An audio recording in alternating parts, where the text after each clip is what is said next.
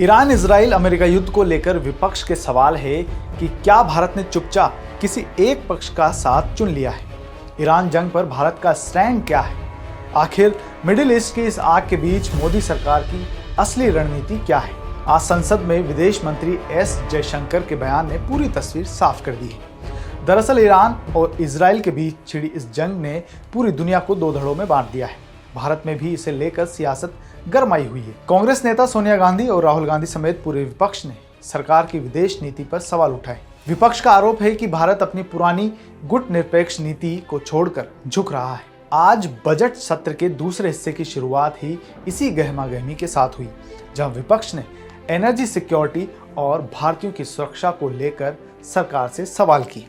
विपक्ष के नेता मल्लिकार्जुन खड़गे ने सदन में कहा कि भारत अपनी ऊर्जा जरूरतों का 55% हिस्सा इसी क्षेत्र से आयात करता है। गल्फ रीजन में करीब 1 करोड़ भारतीय रहते हैं, जिनकी सुरक्षा दांव पर है। युद्ध के चलते सप्लाई चेन प्रभावित हुई है, जिसका नतीजा है कि घरेलू गैस की कीमतों में 60 रुपए की बढ़ोतरी पहले से ही हो चुकी है। भारत अपनी क्रूड ऑयल की लगभग 55% जरूरतें पश्चिमी एशिया से होने वाले इंपोर्ट से पूरी करता है। कॉन्फ्लिक्ट बढ़ने का सीधा असर हमारे देश में इकोनॉमिक स्टेबिलिटी पर भी पड़ेगा। उस क्षेत्र में करीब 1 करोड़ भारतीय काम करते हैं, जिनकी सुरक्षा और लाइवलीहुड वहां की स्थिरता पर निर्भर करता है। हाल ही की घटना में कुछ भारतीय नागरिक मारे गए हैं या लापता है। विपक्ष के हमलों के बीच विदेश मंत्री एस जयशंकर ने आज राज्यसभा में भारत का स्टैंड क्लियर किया।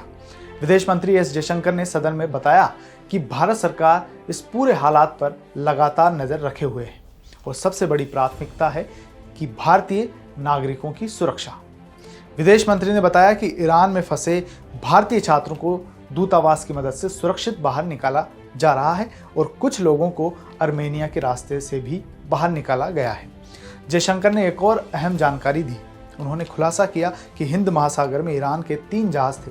भारत ने मानवीय आधार पर ईरान के निवेदन को स्वीकार किया और एक जहाज को अपने यहाँ डॉकिंग यानी शरण दी।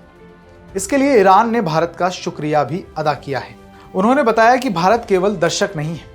पीएम मोदी ने सऊदी अरब और कतर के नेताओं से बात की है, जबकि वो खुद 28 फरवरी और 5 मार्च को ईरानी विदेश मंत्री के संपर्क में रहे हैं। The Iranian side had requested permission on 28 February for 3 ships in the region to dock at our ports. This was accorded on 1 March. IRIS Lavan actually docked on 4th March in Kochi. The crew is currently in Indian naval facilities.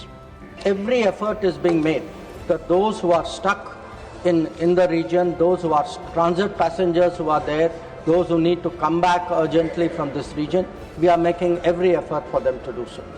विदेश मंत्री के बयान से साफ है कि भारत किसी के दबाव में नहीं, बल्कि अपने नेशनल इंटरेस्ट यानी राष्ट्रीय हित के हिसाब से कदम उठा रहा है।